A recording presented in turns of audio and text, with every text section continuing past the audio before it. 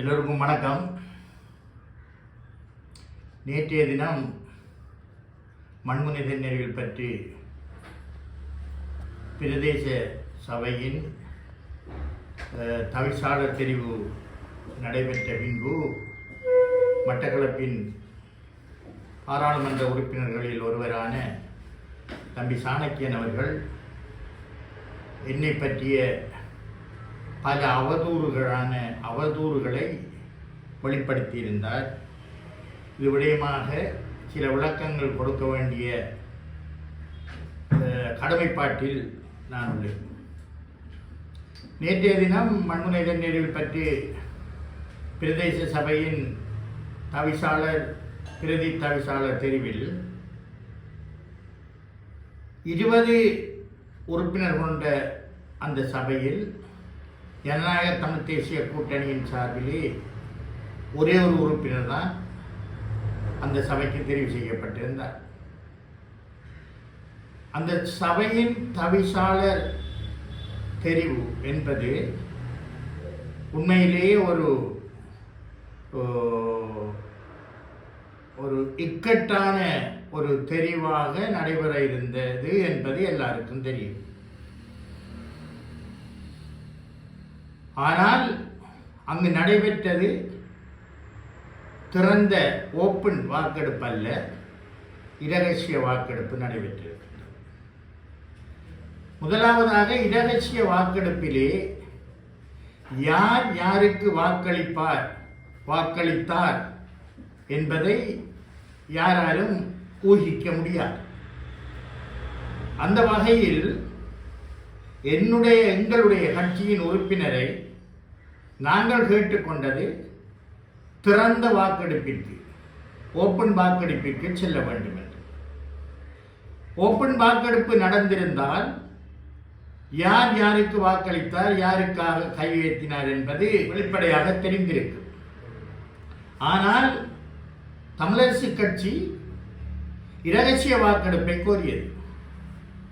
இரகசிய வாக்கெடுப்பை கோரியது மாத்திரமல்ல, தமிழ் மக்கள் விடுதலை புலிகள் டிஎம்இபி கட்சியின் உறுப்பினர் ஒருவரும் தமிழரசு கட்சியுடன் இணைந்து இரகசிய வாக்கெடுப்பை கேட்டிருந்தார். அந்த வகையில் அங்கு நடைபெற்றது இரகசிய வாக்கெடுப்பு. அந்த இரகசிய வாக்கெடுப்பிலே எங்களுடைய கட்சியைச் சேர்ந்த உறுப்பினர் பெரும்பான்மை கட்சியின், அதாவது தேசிய மக்கள் சக்தியின் வேட்பாளருக்கு வாக்களித்தார் என்பது எப்படி தெரியும்? அதை எப்படி தம்பி சாணக்கியன் உறுதிப்படுத்தினார்? எப்படி என் மீது அவர் குற்றச்சாட்டுகளை அடுக்கினார் என்பது வெளிப்படையாக எல்லோருக்கும் தெரிந்த விடயம். இந்த இரகசிய வாக்கெடுப்பிற்காக டிஎம்டிபி கட்சியில் இருந்து ஒருவரை ஏதோ பண்ணி உங்களுடைய தரப்பிற்கு நீங்கள் எடுத்ததை போன்று உங்களுடைய தரப்பில் இருந்து, தமிழரசு கட்சியின் தரப்பில் இருந்து இரகசிய வாக்களிப்பின் ஊடாக தேசிய மக்கள் சக்தியின் வேட்பாளருக்கு ஏன் வாக்களித்திருக்க முடியாது என்று எப்படி உங்களால் கூற முடியும்? எங்களை பொறுத்த மட்டிலே மட்டக்களப்பு மாவட்டத்தில் சகல பிரதேச சபைகளிலும் தமிழரசு கட்சியின் வேட்பாளருக்கு எதிராக ஜனநாயக தமிழ் தேசிய கூட்டணி வாக்களிக்கவில்லை. மண்முனைப்பட்ட ஆரியம்பதி பிரதேச சபையிலே அவர்களுடைய தவிசாளர் வேட்பாளருக்காக ஆதரவாக இருந்திருந்தார் எங்களுடைய உறுப்பினர். நேற்று பின்னேரம்தான் மண்முனை நெறிகள் பற்றி பிரதேச சபையின் தெரிவு நடைபெற்றது. நேற்று காலையிலே செங்கலடி ஏறாவூர் பற்றி பிரதேச சபையின் பிரதி தவிசாளர் தெரிவிலும் கூட ஜனநாயக தமிழ் தேசிய கூட்டணியின் உறுப்பினர் தமிழரசு கட்சியின் வேட்பாளர்களுக்கு தான் வாக்களித்து அவர்களை வெற்றி பெற செய்தார். செங்கலடி பிரதேச சபையிலே ஏனைய மட்டக்களப்பு மாவட்டத்தின் தமிழ் அரசு கட்சியின் ஏனைய பாராளுமன்ற உறுப்பினர்கள் ஒருவரை தவிசாளராக நியமிப்பதற்கிருந்தும் சாணக்கியன் பாராளுமன்ற உறுப்பினர்கள் இன்னொருவரை ஆதரிப்பதாக இருப்பதாக கதைகள் வந்தபோது அங்கு நாங்கள் விசாரித்த மட்டிலே உண்மையாக இந்த பாராளுமன்ற உறுப்பினர்கள் 2 பிரிவுகளாக இருந்தார்கள். இவரால் முன்மொழியப்பட்ட இவரால் ஆதரவு கொடுக்கப்பட்ட ஒரு உறுப்பினர் நேற்று காலையிலே செங்கலடி பிரதேச சபையின் பிரதி தவிசாளர் தெரிவுக்கு சமூகம் அளிக்காமல் சுகஈனமாக வைத்தியசாலையிலே அனுமதிக்கப்பட்டிருந்தார். அந்த வகையில் மண்முனை தென்னறிவில் பற்றி பிரதேச சபையின் தவிசாளர் தெரிவிலே எங்களுடைய உறுப்பினர் தமிழரசு கட்சியின் வேட்பாளருக்கு வாக்களித்திருக்க மாட்டார் என்று எப்படி இவர்களால் கூற முடியும்? உண்மையிலேயே என்னுடன் பலர் பேசினார்கள். சாணக்கியன் என்னை தேடி வந்து பேசினார். நான் அவரிடம் கேட்டேன், இவ்வளவு நாளும் நீங்கள் வரவில்லை, இப்போதான் வருகின்றீர்கள் என்று.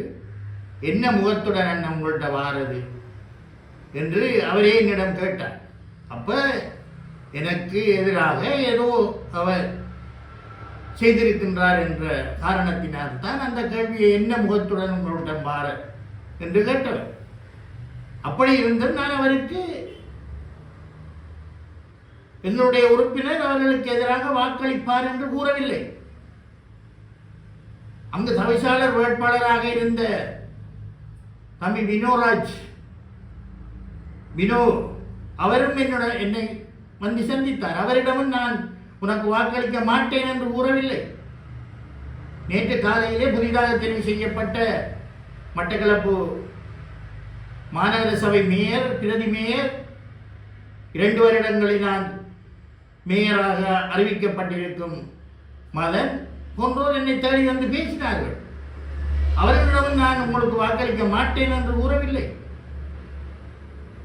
இறுதி நேரத்திலே 1 மணி 1:30 மணி அளவிலே சுமந்திரன் என்னுடன் டெலிபோனிலே பேசினார். நான் அவருக்கும் உங்களுக்கு எதிராக வாக்களிப்பேன் என்று கூறவில்லை. ஆனால் இறுதி வரை நாங்கள் சில கோரிக்கைகளை அவர்களிடம் வைத்திருந்தோம். அவர்களை பொறுத்த மட்டிலே எந்த கோரிக்கைக்கும் அவர்கள் செவிசாய்க்கவில்லை. எந்த ஒரு சபையிலும் சேர்ந்து ஆட்சி அமைப்பதற்கு முன்வரவில்லை. இன்று முஸ்லிம் காங்கிரசுடன் ஒப்பந்தம் செய்கின்றார்கள்.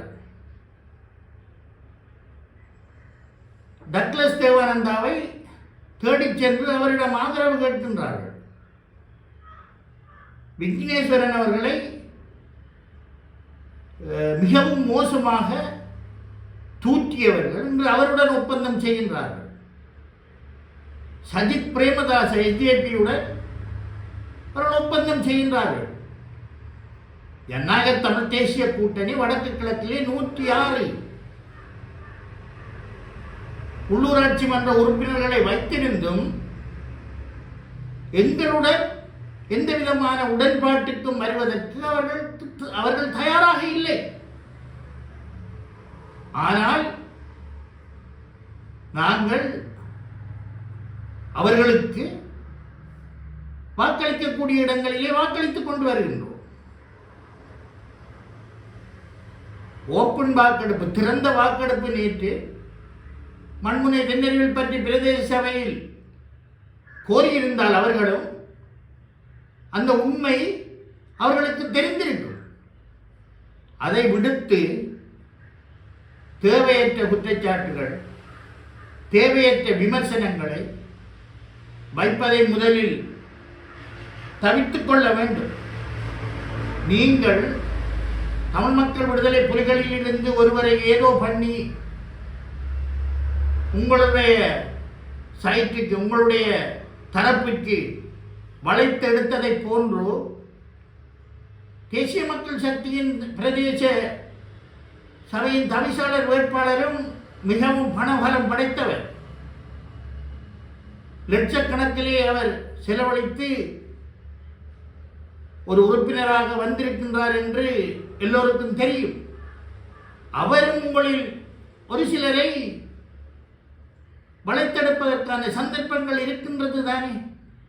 அப்ப ஏன் நீங்கள் இரகசிய வாக்கெடுப்புக்கு சென்றீர்கள்? கடைசி வரை நாங்கள் சில கோரிக்கைகள் நிறைவேற்றலாம் என்றுதான் இருந்தோமே தவிர இவர்களுக்கு எதிராக நாங்கள் செயற்பட வேண்டும் என்று இருக்கவில்லை. ஆனால் இங்கு அந்த கலாச்சாரம் மாறி இருக்கின்றது. பிரதேச சபைகளை அமைப்பதற்கு கூட பல டீல்கள் நடைபெறுகின்றன. பண ரீதியான டீல்கள், வேறு பல நலம் சார்ந்த டீல்கள் இங்கு நடைபெறுகின்றது. இன்று பிற்பகல்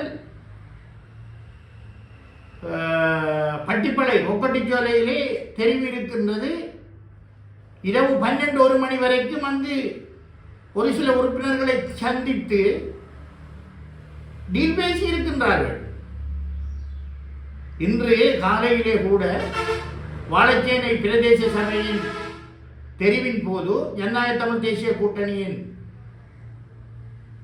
உறுப்பினர் தமிழரசு கட்சிக்கு சாதகமாக வாக்களித்த போது கூட